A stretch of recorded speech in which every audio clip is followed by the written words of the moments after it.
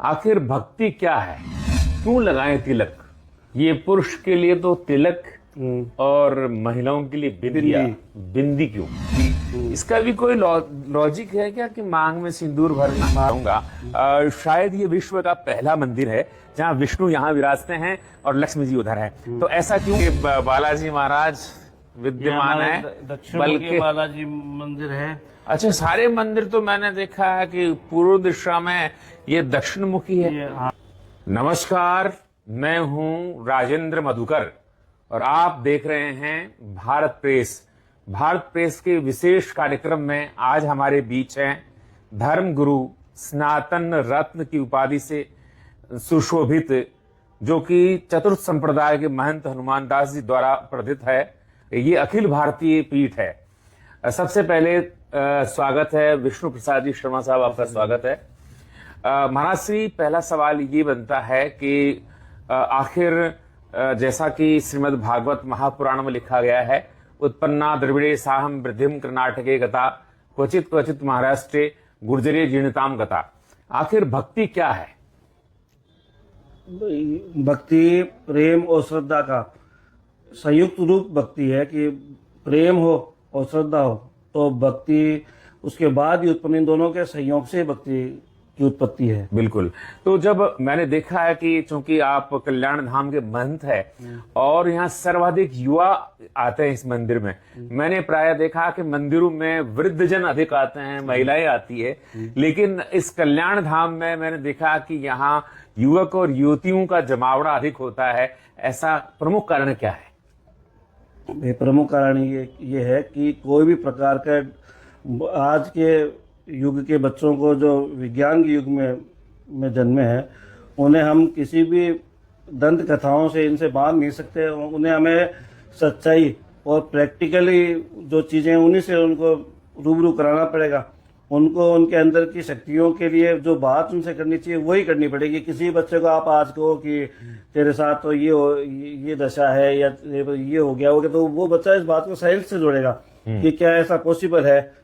तो उसे साइंस के जरिए उसे अध्यात्म से जोड़ना, इस पे प्रथम प्रयास हमारा ये रहता है कि बच्चों को जो भी करना है वो उनको स्वयं के द्वारा करना है। जैसे बच्चों को ज़्यादातर हनुमान जी के बारे में हम लोग बात करते हैं कि हनुमान जी जो ऐसे देवता है जिनकी पूजा का कारण ये नहीं कि वो बलि थे, वो थे। एक भी चीज हनुमान जी ने अपने ऊपर ली नहीं, कभी भी ये नहीं कहा कि ये काम मैंने किया। उन्होंने हमेशा ये कहा ये सारे काम मेरे भगवान श्री राम ने किए, मैंने कुछ भी नहीं किया। तो अंगद कहूँ जाओ मुबारा, फिर संचय ने फिरे नबारा। तो जामवंत के वचन सुनाए सुन हनुमंत कि जामवंत जी ने जब हनुमान जी को मोटिवेट किया तब हनुमान जी ने समुद्र जैसे को लांग दिया। और वही आज के बच्चे सब ये बालक है, ये हनुमान जी हैं। कहने बच्चे होते हैं, बच्चे और बंदरों में कोई ज्यादा अंतर नहीं होता। इनको सारी शक्तियां इनके अंदर है, खाली अध्यात्म के मार्ग से, हम लोगों के माध्यम से हम इनकी शक्तियों को जगाते हैं और ये अपने अपने मुकाम पर पहुंचते हैं। और खूब बच्चे गए हैं और खूब बच्चे आ रहे हैं, वो भी जाएंगे। हर बार आप कहते हैं तिलक लगाया करो, तिलक लगाया करो, लेकिन इसका वैज्ञानिक कारण समझाइए कि क्यों लगाएं तिलक? तिलक जैसे शिखा, तिलक, जनेऊ, ये जो हमारे पुराने जो धर्म था ये साइंस से जुड़ा हुआ धर्म है कि आप शिखा अपन रखते हैं। शिखा पहले शिखा से शुरू करते हैं। जो शिखा बंधन कुरुष में, मतलब शिखा का बंधन, मतलब कि ये जो अपना सर का ये जो मुख्य हिस्सा है, साइंस भी कहता है कि ये सबसे वीक हिस्सा होता है, सबसे कमजोर होता है। तो इसको बालों से ढकाव रखना, और जो भी आदमी का ज्ञान है, चेतना है, वो इसी उसके सारे सॉफ्टवेयर यही हैं। तो यहाँ पे शिखा रखने से वो सॉफ्टवेयर एक्टिव रहते हैं और आदमी की चेतना हमेशा वो सचेत रहता है। साइंस मानता है इस बात को, धर्म को छोड़ते हैं हम। और दूसरी बात हम तिलक की करें तो हमारे दोनों आंखों के बीच में जो तीसरी आंख जो शिव जी की अपन कहते हैं कि क्रोधाग्नि के लिए होती है, थर्ड आई। हाँ, थर्ड आई। तो उस पर चंदन का लेप करने से वो हमारा जो क्रोध या एग्रेसिव नेचर, ये सब उसको शांति मिलती है और हमारा मस्तक और हमारा मन शांत रहता है। इसलिए तिलक का साइंटिफिक रीजन है। साइंस इस बात को मानता है कि सबसे ज्यादा जो आदमी के जो सर दर्द या मान लो इरिटेशन, उस प्रेशर इस जगह पे होता है। ये पुरुष के लिए तो तिलक और महिलाओं के लिए बिंदी क्यों? बिंदी इसलिए कि तो ये महिलाएं कोई भी लिक्विड लगाएंगी, महिलाओं आदमी के शरीर में और महिला के शरीर में एक अंतर दिया भगवान ने कि यूट्रस जनन प्रजनन शक्ति महिला को दी है, पुरुष को वो दी नहीं जी। तो पुरुष तो यहाँ पे जो भी लिक्विडिटी में चंदन लगाएगा मतलब अपने आप को शांत करेगा, और महिला की वो चेतना दबी हुई है, इसलिए उसे लाल रंग की बिंदी, चंदन की अनुमति महिलाओं को नहीं मिली। चंदन की अनुमति की बजाय उनको कुमकुम मतलब लाल कुमकुम लगाती, ताकि उनमें उनकी जो चेतना जो उनकी वो शक्ति है, चेतन शक्ति, वो जागृत रहे। इसलिए महिलाओं को भी टीके लगाने 16 श्रृंगार में से एक श्रृंगार टीके माना गया है। चलिए हम चलते चलते इस पर भी चर्चा करेंगे कि 16 श्रृंगार कौन कौन से हैं। बहुत से हमारे साथी हैं वो तो ये भूल भी गए होंगे, और महिलाएं भी अधिकांश आजकल वो बिंदिया नहीं लगाती, आपने देखा होगा, और मांग में सिंदूर नहीं भरती। इसका भी कोई लॉजिक है क्या कि मांग में सिंदूर भरना? मांग में सिंदूर आज ये माना गया है कि सिंदूर मतलब कि ये आप किसी भी चीज को हम देखते हैं कि किसी रंग को देखने से हमारे अंदर एक एनर्जी फील, पीला रंग है, लाल रंग है, काला रंग, सफेद रंग देख के हमारे ऑटोमेटिक हमारे अंदर जो फीलिंग आती है वो कलर से हमारा 7 रंगों से हमारा जीवन जुड़ा हुआ है। सिंदूर का जो मांग में भरा जाए वो सिंदूर ही क्यों, उसके अलावा उसमें और कुछ क्यों नहीं? क्योंकि सिंदूर जो हमारे सिंदूर बनता था पहले वो नींबू और हल्दी के मिश्रण से सिंदूर तैयार होता था। नींबू और हल्दी ये दोनों एंटीबायोटिक एंटीसेप्टिक है जी। मस्तक के इस भाग में महिलाओं के लगाने से जो महिलाओं के जो ये सर के ये जो रोग होते हैं इन पे भी रोकथाम होती थी। इसलिए अच्छा, मैंने सुना है कि जो बिंदिया लगाती है महिलाएं उनकी यादाश्त बहुत अच्छी होती है, निश्चित होती है, क्योंकि ये चेतना उनकी जब जागृत रहती है तो आदमी की जब चेतना जागृत रहती है तो उसकी सब चीजें उसके यादाश्त वगैरह सब अच्छी होगी। जैसे कान है, आपने कर्ण वेदन भी करवा रखा जी। कर्ण वेदन से साइंस ये मानती है कि कर्ण वेदन करने वाले आदमी को कभी भी प्रोस्टेट और अंडकोश से रिलेटेड कोई भी समस्या नहीं हो सकती। ये साइंस मानता है इस बात को कि कान में जो ये हमारे पॉइंट होता है, इस नस को दबने से हमारे शरीर की जो नर्व सिस्टम है वो आगे जाके हैंग नहीं होगा। और मैंने देखा कि जिनके बच्चे जीवित नहीं होते उनका नाक बेधा जाता है। बिल्कुल। तो क्या ये भी कोई साइंस है? ये भी साइंस है कि जैसे कि आदमी पुरुष होता है उसमें शुक्राणुओं की जो कमी या वीकनेस के कारण जो संतान गर्भ में आई वो किसी भी कारण से ग्रोथ नहीं कर पाई, तो उसके सारे जो पॉइंट है वो हमारे नाक के इस अंग पर होते हैं। इसको पिंच करने से वो हमारा जो शुक्राणुओं का जो सिस्टम है वो रिन्यू होता है और उनको मजबूती मिलती है, और जो हमारे फिर आगे जो संतान होती है वो मजबूत और 16 श्रृंगार में नेकलेस हार की बात भी करते हैं, नेकलेस पहना जाता है, पुरुष चेन पहनता है हमारे यहाँ तो इसके भी पीछे कोई लॉजिक है क्या? साइंस की बात करें तो गले में किसी भी धातु को धारण करना, गले में धातु जैसे स्वर्ण को ही क्यों, हम चांदी भी धारण कर सकते हैं, हम लोहा तांबा पीतल भी कर सकते हैं, लेकिन स्वर्ण को इसलिए कि स्वर्ण में जो स्वर्ण के जो गुण हैं, पहले से आप देखेंगे कि पुराने जमाने में सोने चांदी की थालियों में भोजन कराया जाता था। हाँ, करवाया जाता, बिल्कुल। इसलिए कराया जाता कि सोने का और चांदी धातु पूर्ति के लिए ये 2 ही ऐसे धातु है जिनसे हमारे शरीर को पुष्टि मिलती है। हम गले में सोने की चेन पहने, हमने स्नान किया तो उसका जो भी अर्क बना हमारे जल के द्वारा जो भी हमारे शरीर पे गिरा तो हमारे शरीर को पुष्ट करने में उसका बड़ा विशेष योगदान रहता है। अंगुलियां हैं, जैसे हम ये पॉइंट है हमारे शनि का, गुरु का, इनका नाम लेते हैं। हमारे शरीर में 7 प्रकार की रश्मियां होती है। हर रश्मि जो रश्मि वीक होती है उस उंगली पर किसी भी अंगूठी को धारण करने से शरीर में उस रश्मि की पूर्ति होती है और शरीर को पुष्टि मिलती है। सारे जो लॉजिक है वो सारा साइंस और सारा धर्म आदमी को पहले उसके शरीर के बारे में बात करता है।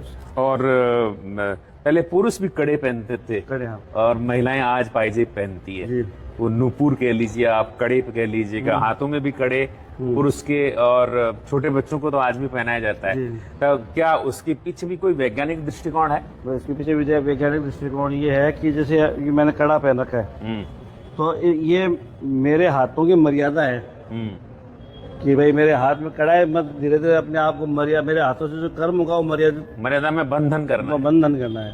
पैरों के में कड़े और हाथ में जो महिलाओं को पैरों में पाजे और हाथ में जो कड़े पहनाए जाते हैं, उनका मतलब कि हमारे कदम और हमारे हाथ किसी भी चीज को करने से पहले उनका हर कुछ ना हो, हमारे हाथ से हमारे पैरों से हर अनर्थ नहीं हो, अनर्थ ना हो, और हमारे कदम हर कहीं ना जाए, उनके बंधनों के लिए ये चीजें। आप कल्याण धाम के महंत है, तो एक जानकारी मैं लेना चाहूंगा। शायद ये विश्व का पहला मंदिर है जहाँ विष्णु यहाँ विराजते हैं और लक्ष्मी जी उधर है। तो ऐसा क्यों, जबकि मैंने सुना है कि जैसे शिव के बिना शक्ति और शक्ति के बिना शिव का कोई महत्व नहीं है, अर्थात जो शिव है शक्ति के बिना शव के समान है। तो ऐसे में लक्ष्मी जी और विष्णु जी अलग अलग क्यों? भाई ये जब राजा कल्याण सिंह जी के बारे में कहा जाता है कि उनको सपने में महालक्ष्मी ने कहा कि आप मेरा अलग से मंदिर बनाओ, तो राजा ने यहाँ बनाया। इसका एक भी आप नई युवा पीढ़ी को ये कहना है कि दो आदमी जो वर्किंग वुमेन, जैसे मान लो कि एक आदमी सर्विस कर रहा है, उसकी पत्नी सर्विस कर रही है, और वो सर्विस करके शाम को आपस में बैठ के अपने परिवार की सबकी विस्तार की सब बातें करते हैं। उसी आधुनिकीकरण की बात देखी जाए तो भगवान सुबह अपना ऑफिस का काम सुबह करते हैं, सब लोगों से मिलते हैं। लक्ष्मी जी अपना ऑफिस का काम सुबह करती है, सब लोगों से मिलती है, और शाम को दोनों एक साथ बैठ करके और विचार करते हैं, चिंतन करते हैं। और सुबह सुबह अपने अपने हर आदमी, ये मैं दंग रह गया पहली बार जब मैंने देखा लक्ष्मी जी पृथक बैठी हैं और विष्णु जी पृथक बैठे, लेकिन जब पता लगा कि शाम को दोनों एक साथ हो जाते हैं और सुबह फिर अपने काम पर अलग लौट जाते हैं। इधर फिर ये शिव जी का मंदिर बनाया है जी। ये अच्छा, ये कब का है मंदिर? ये भी मंदिर की स्थापना के साथ का ही है, तब का ही है। तब का ही है। साइंस के हिसाब हमारे धर्मशास्त्र मानते हैं कि भगवान शिव जी के जल चढ़ाया जाता है, इसका कोई कारण है, कोई वैज्ञानिक? शिव जी के जल चढ़ाया, इसका एक बहुत बड़ा वैज्ञानिक कारण है कि जो शिव जी का जो शिवलिंग बना होता है, ये काले पत्थर का, हम लोग देखते हैं कि ज्यादातर काले पत्थर का होता है, शमशान घाट वगैरह में सफेद पत्थर का होता है। क्योंकि काले पत्थर का होने का मतलब ये है कि काले पत्थर पर हाथ और जल चढ़ाने से आदमी के जो शरीर में जो भी ये नेगेटिविटी है वो दूर होती है, स्पर्श करने से। और बार बार हम शिव जी को हाथ लगाने स्पर्श करते हैं, उससे हमारे शरीर की जो अंदर की व्याधियां वो शांत होती है। या ये परंपरा और साइंस भी मानता है। शिव जी को नीलकंठ भी कहा जाता है जी। तो क्या उनके विष को उतारने के लिए भी कुछ ऐसे फल या ये क्या कोई पैमान करवाया जाता है? कि भगवान शंकर ने जब विष पान किया तब उस समय उनके जो मुंह से कुछ बूंदे गिरी, तो उनसे सांप, कंसले, बिच्छू, भांग, धतूरा ये सब निकले। तो सबने कहा भाई इनको कौन ग्रहण करेगा? जब विष आप, तो भगवान ने कहा कि भाई विष मैंने ग्रहण किया है, तो इन सब वस्तुओं को भी मैं ही ग्रहण करूंगा, मैं ही ग्रहण करूंगा। तो भगवान शंकर को जो नीलकंठ कहते हैं, उनको जो जल चढ़ाया जाता है, जल का एक रीजन तो ये भी, दूसरा ये शिव और शक्ति का संयोग है कि अपन शिवलिंग को मानते हैं, इसमें शिव और शक्ति है। हाँ, ये शिवलिंग में शिव और शक्ति है। अच्छा, दोनों में ही है। हाँ, एक शिवलिंग में ही निराकार माने है, शक्ति भी है जी। क्योंकि भगवान शंकर के चरणों की पूजा पाताल में और इस गुप्तांग की पूजा पृथ्वी लोक पर, और मस्तक की पूजा स्वर्ग में मानी गई है। और पृथ्वी का सारा सर्जन जो भी है वो इसी प्रतीक के कारण है, इसलिए हमारा माना गया। और ये भगवान श्री कृष्ण कहते हैं गीता में कि मैं वृक्ष हूँ, मैं पीपल हूँ जी। तो ये पीपल कब से है? ये पीपल मंदिर की स्थापना के साथ है पीपल। अच्छा, कुछ लोग ये कहते हैं कि पीपल में जो है देवता भी रहते हैं और राक्षस भी रहते हैं, ये बात सच है क्या? भाई ये सच बात है कि पीपल तो एक ऐसा वृक्ष है कि जो 24 घंटे ऑक्सीजन देता है, और ये माना गया है कि सबसे लंबी आयु होती है पीपल और बड़ी की। दूसरी बात इसमें ये माना गया है कि इसमें समय दिया गया है कि सुबह 5 बजे से लेकर सुबह 8-9 बजे तक इसमें देवताओं का निवास रहता है, 12 से लेकर दोपहर 3 बजे तक भूत प्रेतों का निवास रहता है, और संध्या काल में भगवान शिव के गणों का निवास रहता है। तो जिस समय हम जैसे मानो सुबह सुबह कोई चीज कर रहे हैं वो बहुत पॉजिटिव होगी। तो ये कह सकते हैं कि आर्य प्रकृति पूजक थे और प्रकृति ही ईश्वर है। कि प्रकृति ईश्वर है, ये सत्य बात है। बिल्कुल। तो ये पीपल पूजन कब कब किया जाता है? पीपल पूजन वैसे तो कार्तिक के महीने में लोग बाकी शनि और रविवार को छोड़ के 6 दिन 7 दिन पीपल की नियमित पूजा होती है। तो जो भगवान की परिक्रमा होती है उसमें पीपल के यहाँ भी परिक्रमा होती है? बिल्कुल पीपल की है। और इधर गरुड़ जी विद्यमान है। हाँ, गरुड़ जी तो मैंने देखा कि हर मंदिर में, यानी कि मैंने गोपीनाथ जी के मंदिर में भी देखा है, यहाँ भी देखा है, इधर भगवान विष्णु है, कल्याण धाम है, और इधर गरुड़ जी है। तो ये, और आरती के समय सब लोग हटिए और गरुड़ जी पर दृष्टि पड़नी चाहिए, ऐसा क्यों? वही भगवान जो नारायण हैं उनके वाहन के रूप में गरुड़ जी है कि जहाँ, और भगवान की प्रथम सेवा का अधिकार भी इन्हीं के पास में, सेवक होने के नाते। तो भगवान के बाद में दूसरे आरती के अधिकारी यही होते हैं। और जो हम घंटी बजाते हैं उस पर गरुड़ जी का ही प्रतीक चिन्ह लगा हुआ होता है कि भगवान की सेवा में सबसे बड़े महत्वपूर्ण सेवक के रूप में गरुड़ जी भगवान का वाहन भी है, भगवान के सेवक भी है। इस मंदिर का निर्माण कब हुआ? इस मंदिर का निर्माण 1921 में स्थापना हुई इस मंदिर की, जो राव राजा कल्याण सिंह जी ने बनारस से 51 पंडित बुलाए और विधिवत से रूप से वैसाख की पूर्णिमा के दिन और 1921 में इसकी स्थापना की।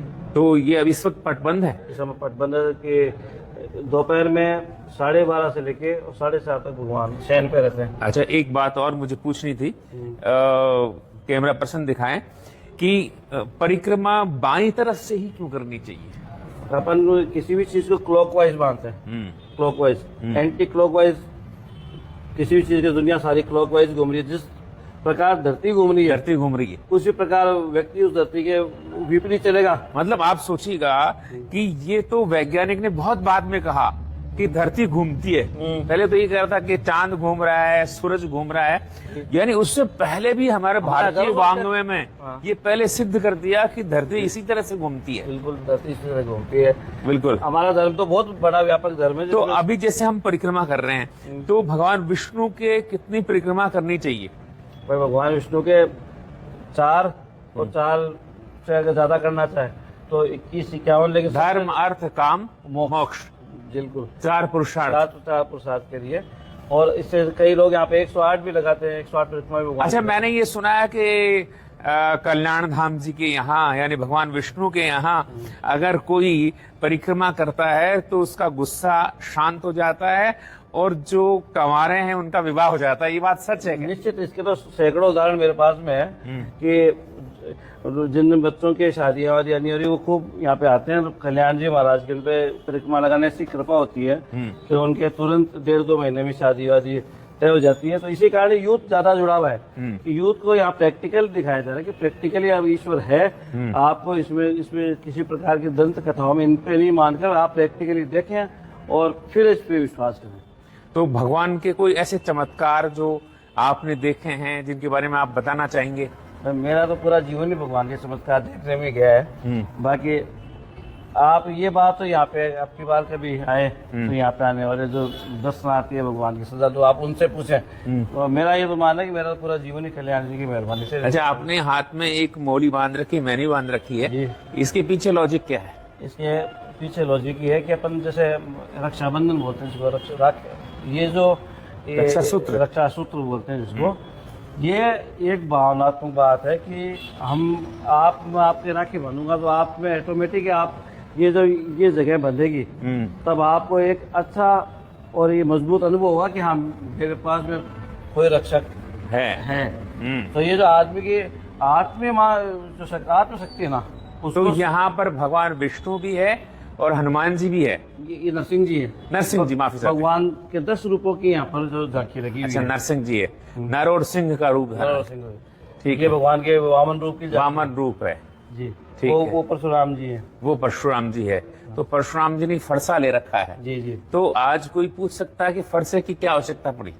भाई अपन ये मान सकते हैं कि फरसा आज हथियार में भी इसको गिना जाता है, और वैसे देखा जाए तो ये एक कर्मठ व्यक्ति का प्रतीक भी है, पुरुषार्थ का प्रतीक, या फिर जो सत्ता जो हठधर्मी हो गई है, निरंकुश है, उस निरंकुश और हठधर्मी सरकार को संतुलित करने के लिए जरूरी है कि फरसा हो। शास्त्र और शस्त्र, एक हाथ में माला और एक हाथ में बाला। तो जैसे कि बालाजी महाराज विद्यमान है, दक्षिण मुखी बालाजी मंदिर है। अच्छा, सारे मंदिर तो मैंने देखा है कि पूर्व दिशा में ये दक्षिण मुखी है। हाँ, और पीपल के पेड़ के नीचे इनको एक बहुत बड़ा तंत्र पीठ माना गया। यहाँ पे शनिवार मंगलवार को खूब लोग इकट्ठे होकर बालाजी महाराज से अपनी प्रार्थनाएं करते हैं। और दक्षिण की तरफ मुख करे, सीकर जिले में शायद मेरे हिसाब से कि मंदिर मुंह हो सकता है, सहज शरीर दक्षिण की तरफ इन्होंने अपना। अच्छा, सहज शरीर का मतलब क्या हुआ? मतलब पूरे शरीर के साथ, एक तो मुंह होता है खाली, इन्होंने मुंह और शरीर पूरा ये दक्षिण की ओर है इनका। और पीपल के पेड़ के नीचे ये और शताब्दी पूर्व मंदिर है। शताब्दी पूर्व का तो खूब बालाजी महाराज यहाँ पे। कल्याण धाम में वर्ष पर्यंत कौन कौन से कार्यक्रम होते हैं, और एक विशेष जानकारी चाहूंगा मैं यहाँ की पूजा कब कब होती है और उनका नाम क्या है? भाई यहाँ पे मुख्य रूप से भगवान की 6 आरतियाँ होती हैं। सुबह 5 बजे मंगला आरती, उसके बाद में सुबह 8:15 बजे बाल भोग आरती, और दोपहर 12 बजे शयन आरती। उसके बाद में शाम को 5 बजे अपन ग्वाल आरती, इसको बोलते हैं कि गोदोली आरती। गोधूली है ना, गायें जब लौटती थी। अब गोदोली शब्द का जो अर्थ है वो भी ये कोई संध्या काल नहीं है। जिस समय गायों के चलने से धूल उड़े वो गोदोली थी, गोधूली बेला हो गई। वो गोदोली बेला हुई। तो शाम को 5 बजे गोदोली की आरती, और शाम को 7 बजे अपन जैसे संध्या आरती बोलते हैं। और फिर रात को 8:30 बजे भगवान की शयन आरती के साथ में भगवान की स्तुति होकर भगवान के प्रति। चलिए, तो बहुत बहुत धन्यवाद, आपने हमको खूब समय दिया और जानकारी दी। कोई ऐसी जानकारी जो युवाओं को आप देना चाहते हैं जो रह गई है अपनी चर्चा के दौरान?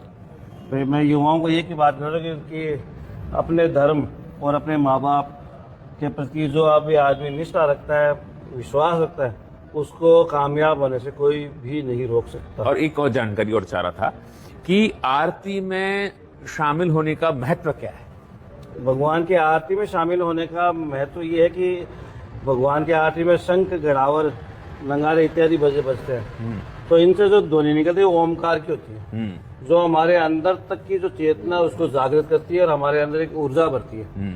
तो भगवान की आरती में खड़े होने का मतलब कि समय ये माना था कि भगवान साक्षात वहाँ सामने आते हैं, और अपनी आरती में जो भी लोग खड़े होते हैं, जो भी उस एनर्जी में खड़े होते हैं, उनको उस एनर्जी में रहने का फायदा मिलता है और उनकी प्रोग्रेस होती है। मैंने सुना आप एक निश्चित जगह बैठते हैं जहाँ पर एक समाधि लगी हुई है, तो वहाँ विशेष बैठने का क्या औचित्य रहता है आपका? क्या है कि जैसे हर चीज का समय होता है, तो इस मंदिर जैसे अपन आप चर्च में गए हो तो वहाँ पे पादरी के लिए एक वो बना हुआ होता है बॉक्स। अब मस्जिद में जाएंगे तो वहाँ जो इमाम बैठते हैं उनके लिए एक है कि यहाँ पर आने वाला लोग अपने दुख या तकलीफ को उनको कहे तो वो तो रिप्लाई करेंगे नहीं। हम लोगों के माध्यम से लोग ये सोचते हैं कि हम जो बोल रहे हैं और जो कह रहे हैं वो स्वयं कल्याण जी कह रहे हैं। अच्छा, तो उनको मोटिवेट करने के लिए और ये स्थान विशेष होता है जी। मतलब यहाँ अगर किसी स्थान पर, एक विशेष स्थान पर बैठने से वो प्रभाव आप में आ जाता है। क्योंकि एक मैं नहीं बैठा, इससे पहले मेरे पिता, दादा, परदादा 4 साल 100 साल से। कितनी पीढ़ियों से आप यहाँ? 4 पीढ़ी से मैं। चौथी पीढ़ी है और 3 पीढ़ी यहाँ लगातार बैठी रही। जी जी। अच्छा, बैठने का एक एक्सपीरियंस क्या रहता है, अनुभव क्या रहता है? बैठने का एक अनुभव ये रहता है कि यहाँ बैठने के बाद में अपने आप को बहुत ज्यादा जिम्मेदारी में स्वीकार करना पड़ता है। ये स्वीकार करना पड़ता है कि जो भी यहाँ से बोल रहे हैं या जो कर रहे हैं, भगवान से प्रार्थना करते हैं कि वो सही हो और निर्माण में ब्रह्मवाणी हो, लोगों को यहाँ पे फायदा मिले। लोग खूब ज्यादा यहाँ पर आए, जितने लोग मंदिर में आते हैं उनके आने से मंदिर की में भी एनर्जी बढ़ती है और उनकी भी एनर्जी बढ़ती है। आजकल मैंने देखा कि यद्यपि आपके यहाँ तो खूब संख्या है, फिर भी मंदिरों में लगातार संख्या घटती जा रही है। उस अनुपात में, जिस अनुपात में और मजहब में हम देख रहे हैं, वहाँ बड़ी संख्या में लोग इकट्ठे होते हैं धार्मिक स्थान पर, लेकिन जो सनातन में ये धीरे धीरे करके गिरावट आ रही है। इसका मुख्य कारण क्या है? क्या है कि हम सिया राम मैं सब जगह जाना, करो प्रणाम दो ही जुग पाना। अपन कहते हैं ना कि सिया राम भगवान के सब जगह है, लेकिन हम हिंदुओं में अभी भी इस बात को लेकर बड़ी समस्या है कि भगवान कहीं विशेष जगह पर विराजमान है, वो सब जगह नहीं है। तो क्या होता है कि हम किसी पर्टिकुलर एक विषय एक जगह को लेकर सब उसके पीछे लग जाते हैं। कोई भी अपनी आत्म चेतना अपने विचार की भगवान तो सर्वत्र है। तो मैं सभी को कहता भी रहता हूँ कि जो अपने मोहल्ले में जो मंदिर हो उन पर भी आप लोग जाएं और भगवान के दर्शन करें। जहाँ जाना है बड़ी जगह वहां भी जाओ, लेकिन जो सर्वप्रथम अपने आस पास का जो क्षेत्र है उसमें जो धार्मिक स्थान है उस पर भी हमें ध्यान देना चाहिए, वहां पे जाना चाहिए। चलते चलते एक अंतिम प्रश्न और है। मंदिर दर्शन करने के बाद में जो गोखे होते हैं कुछ क्षण वहां बैठना पड़ता है। कुछ कहते हैं ये क्या है, क्यों बैठे हैं, ये तो रूढ़िवादी है। क्या होता है कि मंदिर जो बना होता है वो पिरामिड की तरह होता है। पिरामिड आपने देखा होगा कि साइंस पिरामिड को मानती है, षटकोण को, अष्टकोण को। ठीक है। हम वहां गए, वहां से हमने कुछ अर्जित किया, एनर्जी ली। अब उस एनर्जी लेकर तुरंत बाहर गए तो बाहर का एनवायरनमेंट तो एकदम नेगेटिव। जैसे हम अचानक हमने दूध पिया भागे तो उस दूध का हमारे पेट में साइड इफेक्ट भी हो सकता है। इफेक्ट जबकि हमने पिया अमृत है, दूध पिया है, तो हम दूध पी के 5 मिनट भोजन करके 5-10 मिनट हम रिलैक्स होते हैं। तो जैसे हम मंदिर से हमने हम जो एनर्जी ली उसको एब्जर्व करने के लिए हम 5 मिनट मंदिर के जो मुख्य द्वार के आसपास जो बनाई हुई व्यवस्था होती है उसमें बैठते थे और उसको एब्जर्व करते थे। उसके बाद भी मंदिर के बाहर जाते थे। चलिए, तो बहुत बहुत धन्यवाद। आप थे महंत विष्णु प्रसाद जी शर्मा, जिन्होंने ढेर सारी जानकारी दी। कहा सनातन एक विज्ञान है, इसको फॉलो करना चाहिए। इसी के साथ लेते हैं विदा। धन्यवाद।